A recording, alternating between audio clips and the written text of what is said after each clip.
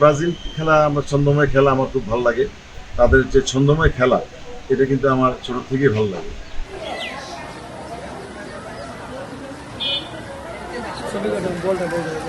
এমন পার্টিকুলার মনে করেন কিছু কিছু টিমের প্লেয়াররা যারা বিশ্বকাপে যারা খেলে, যেমন গত বিশ্বকাপের কথা বলছি, ধরেন মেসির খেলা আমার ভালো লাগে, নেইমারের খেলা ভালো লাগে, রোনাল্ডোর খেলা ভালো লাগে, এমবাপ্পের খেলা ভালো লাগে, তারপরে সালা ওর খেলা ভালো লাগে। এরকম প্রতি বিশ্বকাপেই নতুন নতুন স্টাররা কিন্তু উঠে আসে।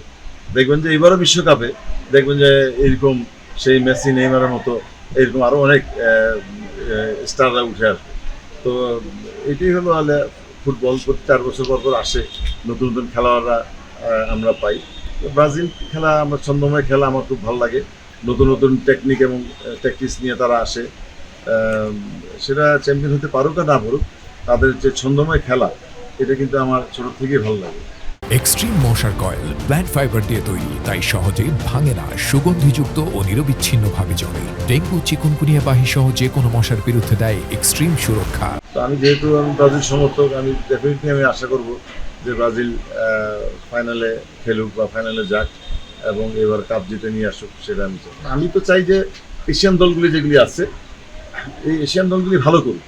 এশিয়ান দলের মাল যত বাড়বে, অত আমাদের জন্য মানে আরও সুবিধা। এই জন্য আমি চাই যে এশিয়া থেকে যেসব দলগুলি সুযোগ পেয়েছে, তারা যেন আগামীতে ভালো খেলার প্রদর্শন করে, এইটা শুভকামনা রইল। আর বিশ্বকাপে যদি 1-2টা খেলা না গেলে তো বোঝা যায় না কোন দলের পারফরমেন্স কেমন।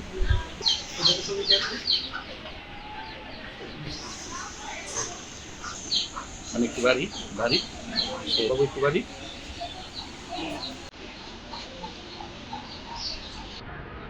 হ্যাঁ ঠিক আছে ভাইয়া।